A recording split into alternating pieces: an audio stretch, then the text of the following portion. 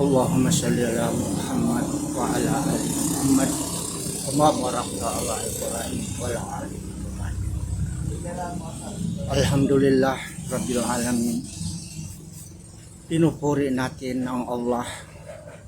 Humihingi tayo ng kanyang tulong at kapatawaran. Naway ang kapayapaan at pagpapala ay mapasasugo ng Allah. Mga minamahal kong kapatid sa Islam, Assalamualaikum warahmatullahi ta'ala wabarakatuh. Sa pagpapalang pagkakataong ito, ninilayan nating mabuti ang mga payo ng ipinahagi ni Hadjrat Mirza Masroor Ahmad tungkol sa kung paano natin gagawing buwan ng panalangin at pangmatagalang pagbabago ang Ramadan. Kanyang binigkas ang talata ng banal na Quran, at kapag ang aking mga alipin ay magtanong sa iyo tungkol sa akin, sabihin mo, katotohanan ako ay malapit. Tinutugon ko ang panalangin ng tumatawag kapag siya ay tumatawag sa akin. Sa Al-Baqarah, verso 187. Ipinakita ng talatang ito ang isang napakagandang katotohanan. Ang Allah ay malapit, hindi siya malayo. Naririnig niya ang bawat panalangin, bawat hinaing, bawat luha. Ang Ramadan ay nagpapalakas ng ating pagtuon sa panalangin. Sa buwan ng Ramadan, napupuno ang mga masjid. Mas nagiging masigasig ang mga tao sa pagdarasal, pagbabasa ng Quran at pagsusumamo.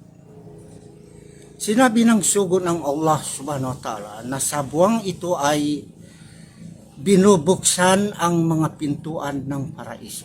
Sinisara ang mga pintuan ng impyerno at ginagapos ang mga satanas.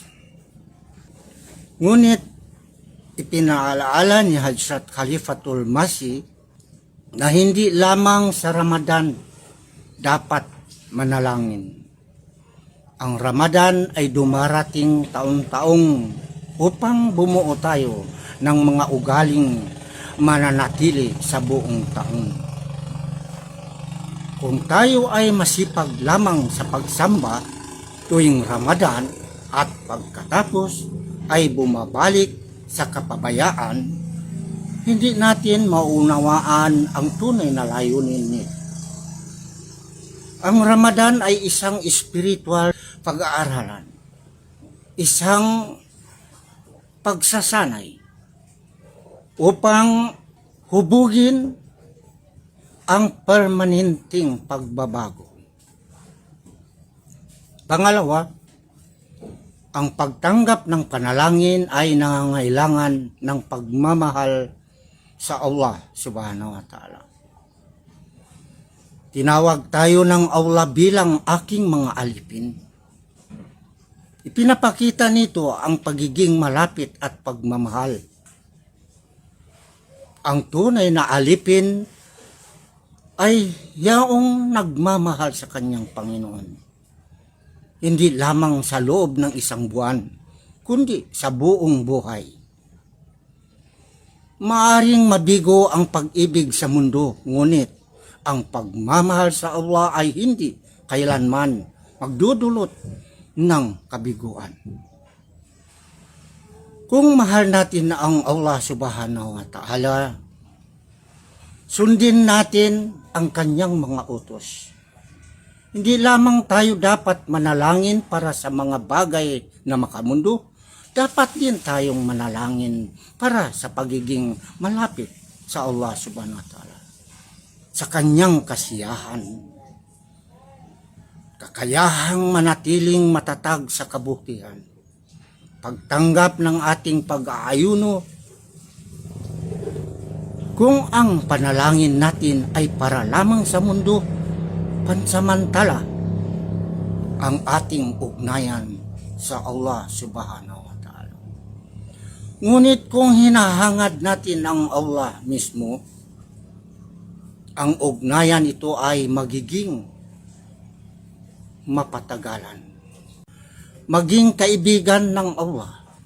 Sinabi ng Allah Subhanahu wa Ta'ala sa Quran, ang Allah ang kaibigan ng mga sumasampalataya. Al-Baqarah, verso 258. Paano magiging kaibigan ng Allah?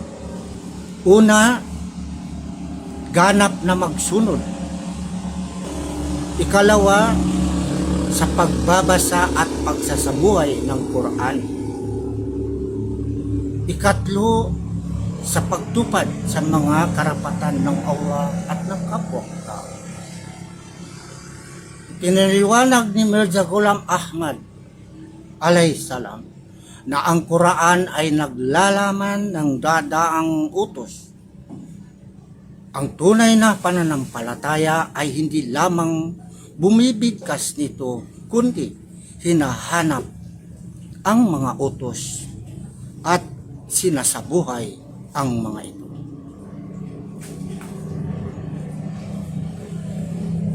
Ang Ramadan ay panahon ng pag-angat sa espiritual na antas.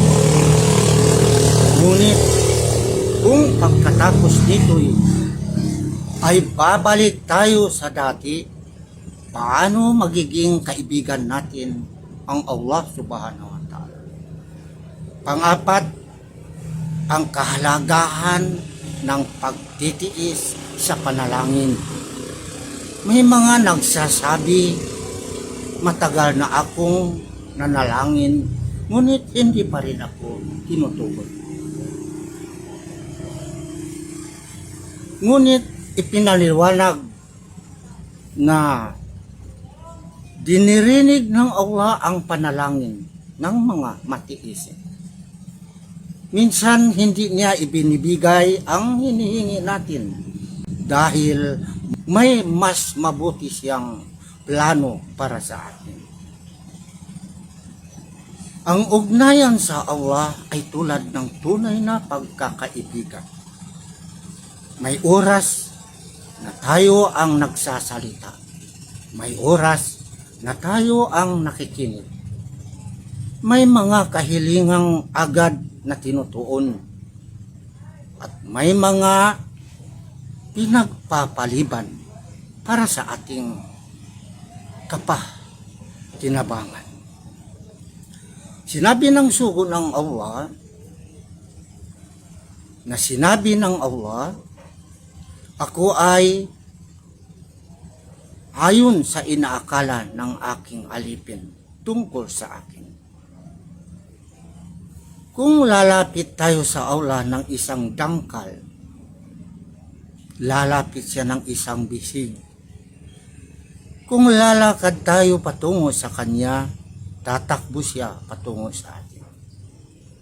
Napakadakila ng Kanyang awa. Panglima, ang panalangin ni Propeta Yunus alayhisalam, itinuro ng sugo ng Allah subhanahu wa ta'ala. Ang panalangin ni Propeta Yunus alayhisalam nang siya'y nasa loob ng tiyan ng isda. Walang Diyos maliban sa inyo. Ikaw ay banal. Tunay na ako ay kabilang sa mga nagkamali.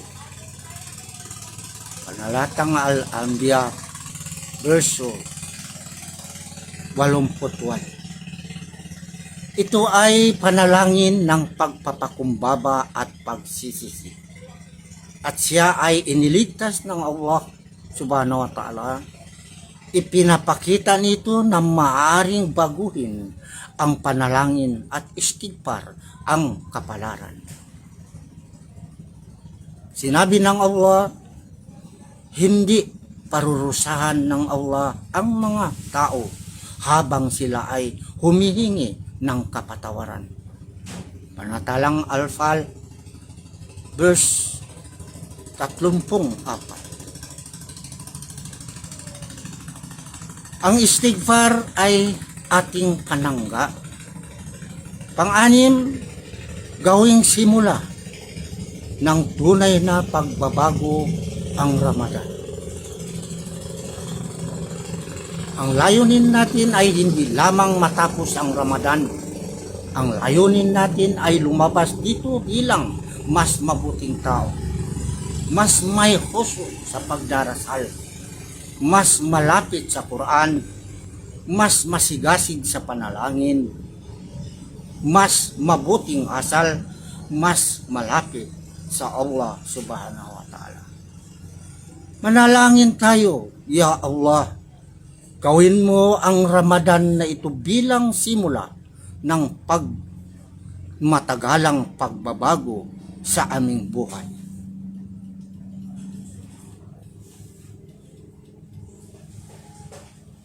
Mga kapatid,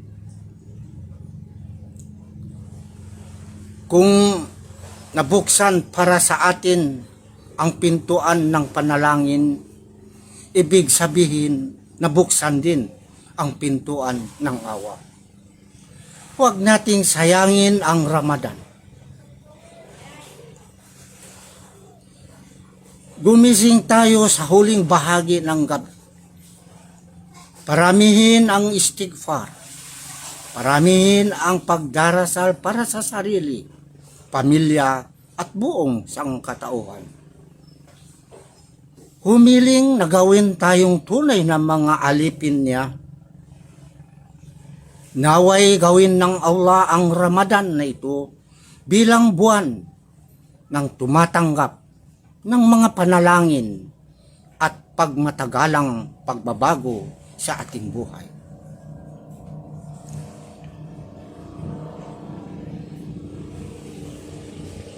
Amin. Allahumma salli ala Muhammad wa ala ali Muhammad wa barik ala Ibrahim wa ala ali Ibrahim. Wassalamu alaikum warahmatullahi wabarakatuh.